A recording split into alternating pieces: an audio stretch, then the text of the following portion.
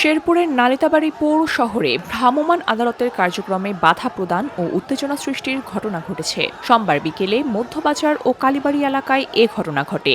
উপজেলা প্রশাসন সূত্রে জানা যায়, পবিত্র রমজান মাস উপলক্ষে প্রধান সড়কের দুই পাশে রাখা মালামাল সরিয়ে যানবাহন ও মানুষের চলাচল স্বাভাবিক রাখতে ভ্রাম্যমাণ আদালত পরিচালনা করা হচ্ছিল। এ সময় রাস্তার উপরে রাখা পণ্য জব্দ করতে গেলে কয়েকজন ব্যবসায়ী বাধা দেন। পরিস্থিতি উত্তপ্ত হয়ে উঠলে আদালতের কার্যক্রম স্থগিত করা হয়। পরে নির্বাহী ম্যাজিস্ট্রেট ও সহকারী কমিশনার আনিসুর রহমান ঘটনাস্থল ত্যাগ করেন। এ বিষয়ে তিনি বলেন, পূর্বে সতর্ক করার পরেও আদালতের কাজে বাধা দেয়া হয়েছে।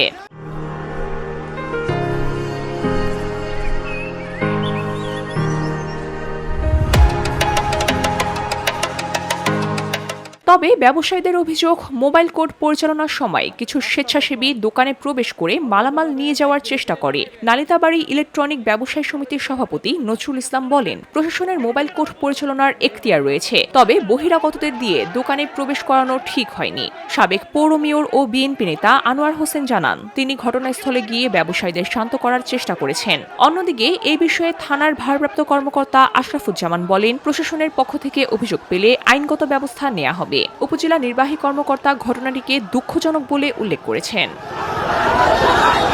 VOD Bangla news desk.